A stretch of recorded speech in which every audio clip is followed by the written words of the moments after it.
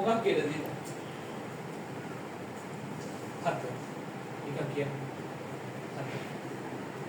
එක ඩිස්ප්ලේ කිව්වම දෙක කස්ටමර් සර්විස් මේ බිස්නස් එකක් කරන හැමෝම ඉන්න අතරේ ඔයගොල්ලන් very important වෙයි මේවා.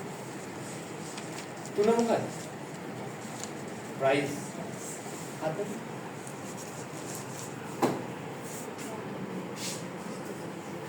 හතර.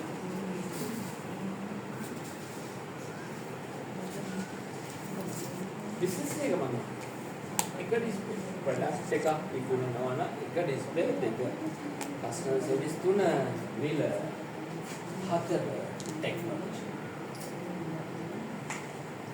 අපි ටෙක්නොලොජි එක කොච්චර පාවිච්චි කරලා තියෙනවද දැන් කස්ටමර් සර්විස් එකටම ගන්න පුළුවන් ඒ වගේම ටෙක්නොලොජි එකකට ගන්න පුළුවන් අපි දෙනවා කස්ටමර්ට බිල ඔයා ඉන්දියාවට විකුණනවා අර යුනිවර්ස් ලාගේ මේ ඉන්දියාප්ප එකට පොඩි මම ඉන්දියාප්ප ගැන කියන්නේ ඉන්දියාප්ප ගැන හිතුවෝ ඔයා සුදුද රතුද විකුණන වැඩි හැමදාම හදන්නේ සුදු දෙකම හදන්නේ කොච්චර වැඩි දුර හදන්නේ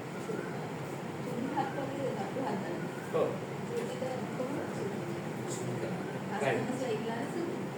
ඔය ඉන්දියාප්ප කියන ප්‍රොඩක්ට් එක කොච්චර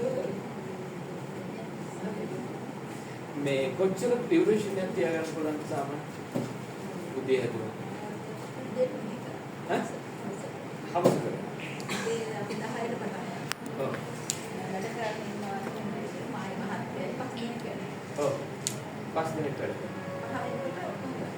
ඉවර කරා සම්බල ඔක්කොම හදලා ඉවර රයිට් ඔයා නිකන් හිතා බ්‍රෑන්ඩ් එකක් විදිහට ඉන්දියාව හදා ඒක ඔන්ලයින් මාකට්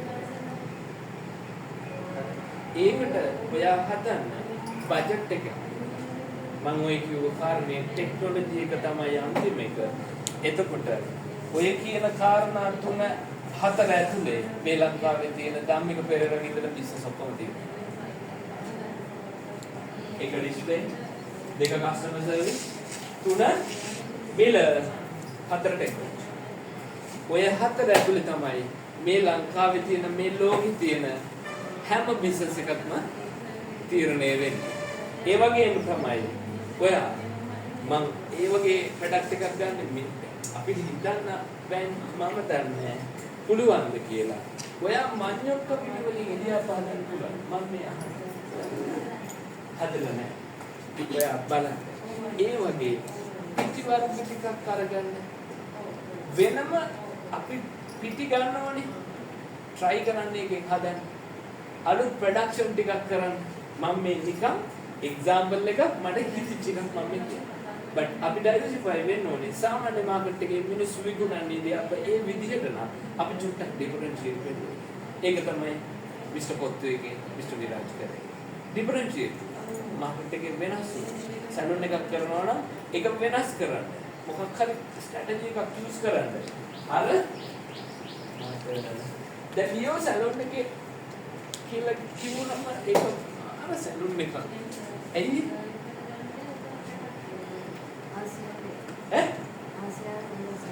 හැබැයි එකපාරක් පොඩි එකක් බලන්න ලායන. මම ගැරන්ටි කරනවා. නැද්ද? නෑ ඒ ගානට ඒක කරගත්තා.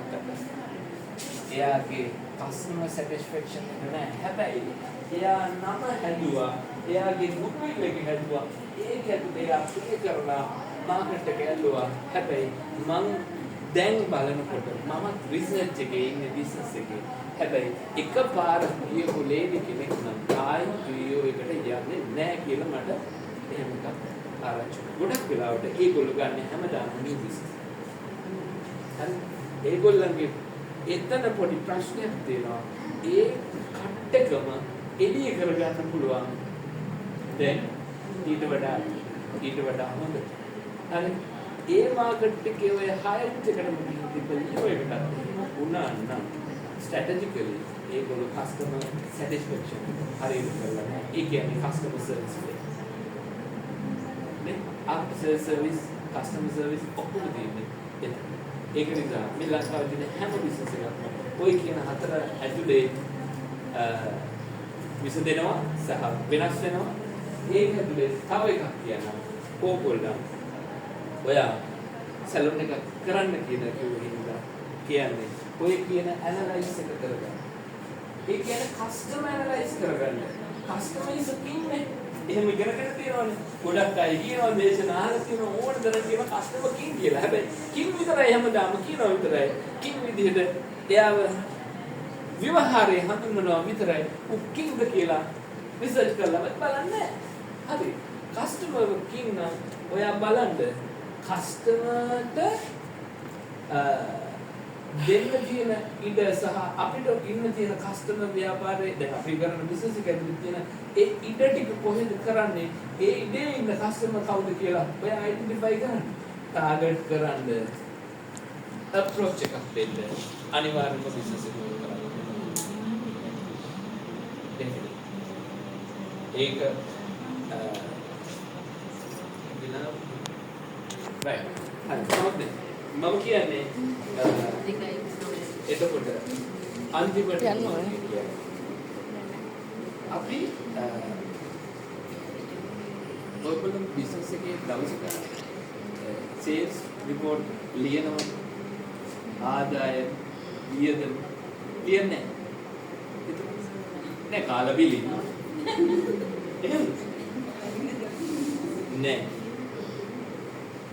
අනිවාර්යෙන්ම නෝට් ඩවුන් කරන්න.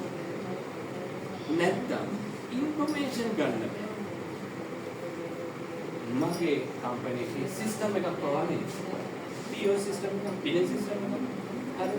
හැබැයි එතකොට මම බිලින් සිස්ටම් එකක් විකුණනකොට මම සමහර ලාවට කස්ටමර්ට කියන්නේ අපි නෝට් ඩවුන් කරගත්තොත් ඔයා ගියේ කොහෙද මොනවාද උන්නේ මොන වියදම්ද ගියේ කියලා යන්න පුළුවන්. හැබැයි අනිවාර්යයෙන්ම මේ ව්‍යවසායකයෝ විදිහට නම් මෙතෙන් ඇවිල්ලා ඉන්නේ.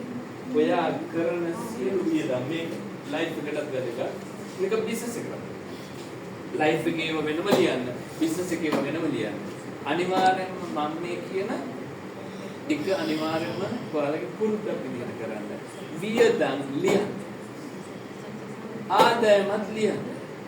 ඒ ලිව්වහම අපිට පුළුවන් දවසක අපිට ඩීටේල් එක ඇනලයිස් කරන්න. හරි.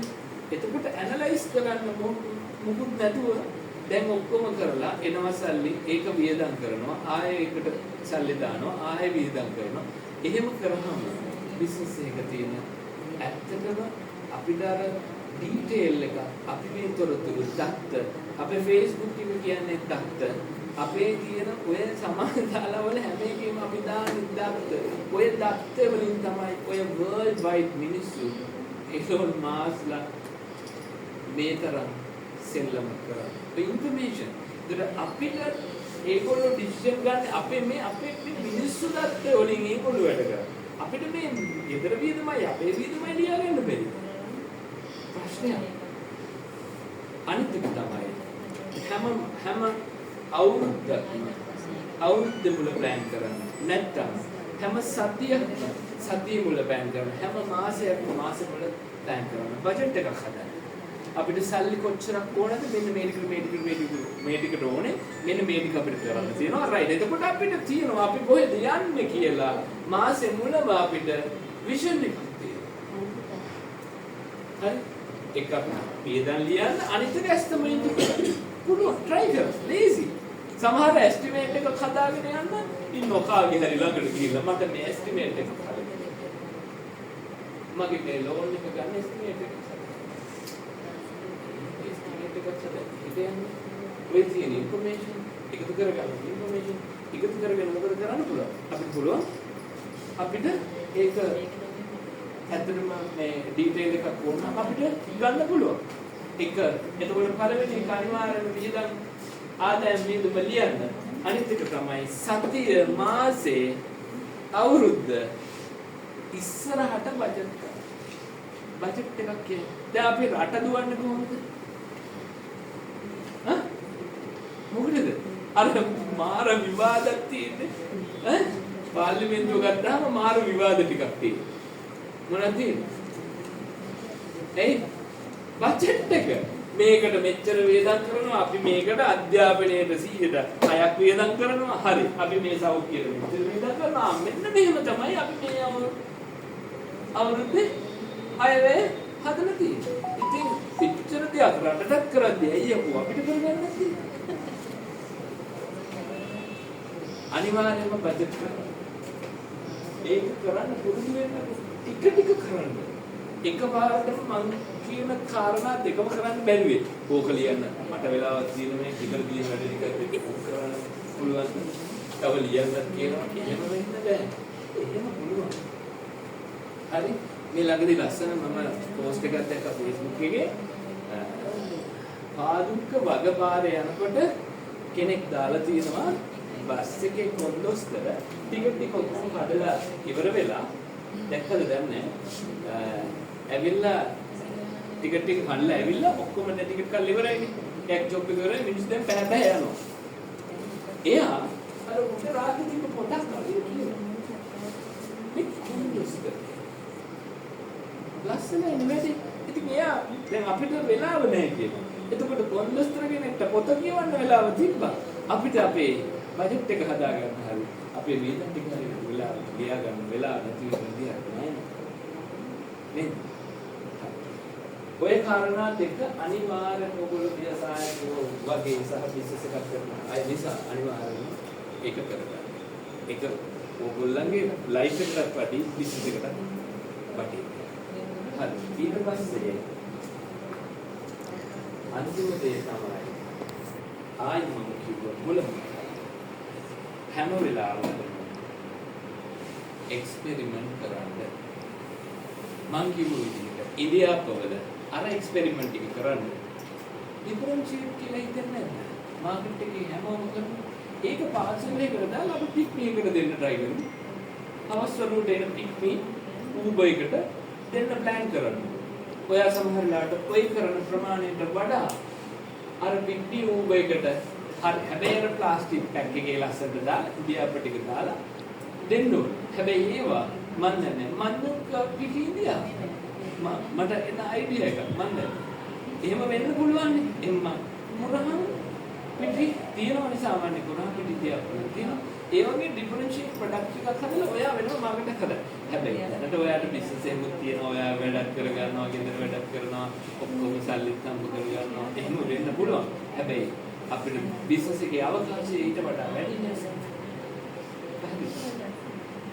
එතනින් එහාට try කරන්න. දැන් මේ ආපු එක ඇතුලේ මම කියන එක ඇතුලේ ඔයා පොඩි දෙයක් හරි අරගෙන ඔයා බිස්නස් එක චුට්ටක් කරේ.